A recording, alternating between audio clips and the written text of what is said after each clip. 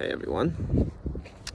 So you're in your own virtual reality, huh? That's what this video is gonna be about today. Is realizing that this is basically a game. It's your higher self playing you in a quote unquote virtual reality, because that's what this universe really is. It's a hologram. And not to take any beauty away from the essence of it, the essence of the creation of us. And I think really we created this game as, the creators that we are, as a part of the one creator that allowed us to create, to co-create with him or her, or it. So the realization that you are basically living out a story. You are the hero of your own story. If we look at the tarot, it's based around the Fool. The Fool is the hero. It goes from the Fool to through all kinds of stages, 22 to be specific, and gains wisdom. But the biggest wisdom is in the realization that he or she is the Fool on a journey to experience. And that's what we really are here. We're experiencing life, and life is experiencing itself because we are that life.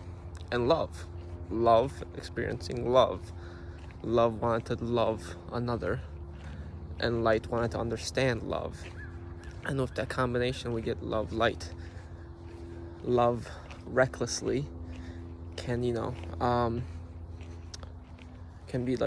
a shadow of itself, really, because if you don't have self-love and you completely self-sacrifice for the goal of loving others, that is martyrdom, and that might not be seen as the wisest thing to do. And it's a bit of a tangent, but that's where wisdom comes in to direct love, with the most efficient way of doing it. Right, most efficient way of loving, in a sense. It's understanding of it. For example, if you live in a home and you decide, I'm going to take every single person on the street and put them in my home. Well, that may be loving, but it's not wise, because then you may ruin the home altogether, and then those people still end up homeless because now your home's gone and now you're homeless too, right? So a wiser, more loving, or a wiser yet also loving thing would be maybe to create homes for others, right? To build more homes. But anyways, back to the whole virtual reality idea. When we have an issue with controlling sometimes, right? All of us want to be certain that we're going on the right path, that we are in control of our lives, that we are the director of our lives. And this is coming from a good place, really, because we want to create. We want to be the creators, right? We want to experience what we want to experience. Now, the thing with fate is that we don't believe we have decisions that we can make. We believe everything is so carefully orchestrated that none of our decisions are really our decisions. And this, may create a sort of crisis within, because then it's like, no matter what I do, it doesn't matter. In a sense, yes, no matter what you do, doesn't matter, because you'll always end up on the right path, I believe, right? So no matter which path you take, although your path may be longer, you'll end up back to the path that you need it to be. But this is where our ego intervenes. Our ego says, no, the longer path is better because I want it to be. And then we begin chasing these egoic desires, such as the fancy car or house, or the trophy wife or husband, or something like that. And we believe that is what will make us happy. But really, we weren't listening to our soul's desires from the beginning, which would have been the shorter path, really. So when you engage with the ego, those paths are simply dead ends, because, in a sense, they loop from my idea, they loop back to your path, right? So you're kind of taking like a detour. So you take this detour, and it ends up eventually costing you more time, right? In the grand scheme of it all, it doesn't matter because there's no time, and the 100 years or even 100,000 years extra it may have taken you to realize certain things is nothing in the concept of infinity. When you live forever, you're immortal in spirit. So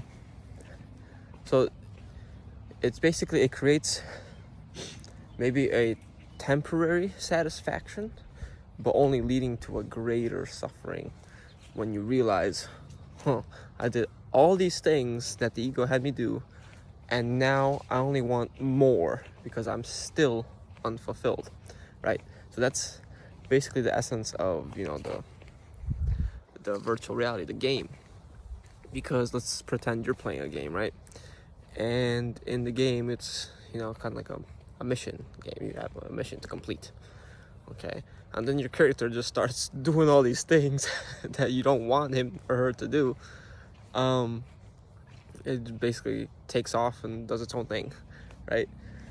And you're like, dude, we're trying to create or complete the missions here. That's the point of the game.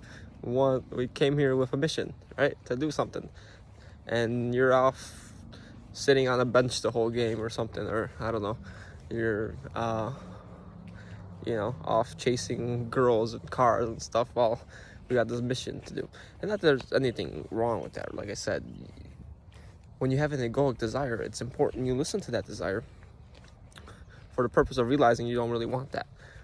So if you really feel this deep drive, I gotta get this, then go get it. Go do everything in your power to get it, so that you can finally realize that you didn't want it, right? Jim Carrey said, I want everyone to be rich and famous, so that they can realize that they didn't really want to be rich and famous, right? So basically, our higher self is guiding us, our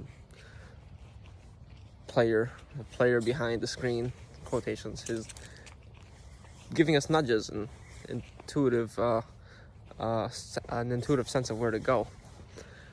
But when we're scared, when we're in fear, when we listen to our ego because we think we know best, we don't end up exactly where we need to go because we've chosen a longer path.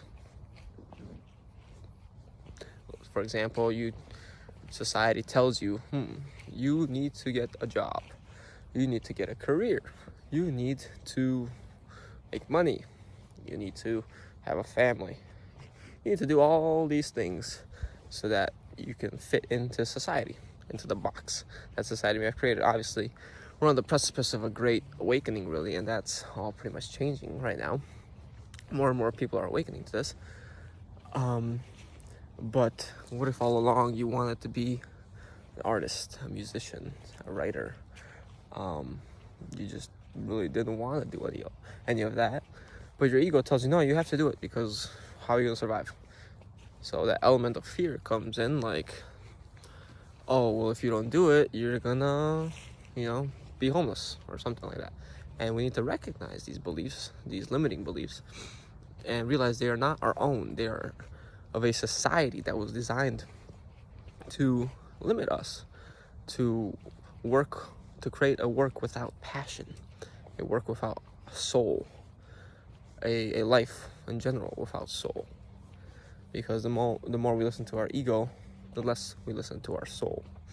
So when we are able to subside that negative voice inside our head, that fearful one that may be pushing us to do things we don't really want to do, we let our soul, our spirit, our higher self begin to connect with us more, and intuitively and maybe even telepathically guide us to a more fulfilling life, one that provides greater happiness for us. Now, there's obviously lots of growth, and we're here for that growth element as well, that would be provided by living in that shadow, living in that fear. And that's what we came here to sort of experience as well. even though it doesn't have to be that way. You don't need pain to grow. We don't need suffering to grow. That's a concept I feel like it was implanted into us. So, the less you choose fear and the more you choose love and your soul and your desire for happiness, the more in tune you become with yourself and with your life. And the more power you gain as a conscious creator of your own life. Because that's what we really seek when we seek that control, is we seek the ability to create our lives how we want it. But we think that, if we have the money from this job that we don't like, it will bring us, we'll be able to do whatever we want after that. And what happens? People end up retiring at the age of 60 and buying some Corvette or something, and then trying to experience life as if they were 20 again, because really they missed out on that time because they had lived in fear the whole time, listening to what society may have told them along the way, right? So you can choose to play the game however you want to play, but realize the more you complete the mission, quote unquote, the more fulfilling the game is, the more enjoyable the game is, right?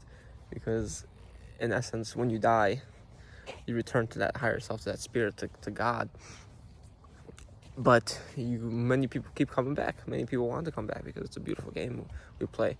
And it'll be even more beautiful once, the shadow is really enlightened, which is it's happening now. Everything's coming to the surface, and we're realizing we don't need certain things that are happening on the planet. And we are, at a higher consciousness, but there are some souls that still may need it, which is why they will reincarnate in other versions of Earth once the whole transition happens. But anyways, so really, maybe it's time to really analyze your life, especially in this month of May, the 5-month.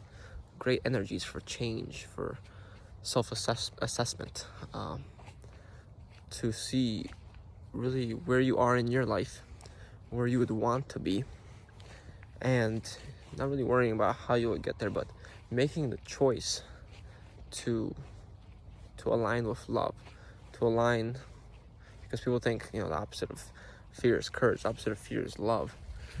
When you're in love, you have courage because you really understand how powerful you are from within. It's easy to be powerful, or it's easy to have courage when you're powerful, when you know how powerful you are, right? To really assess whether the situation you're in is coming from a place of fear or from a place of love. Okay?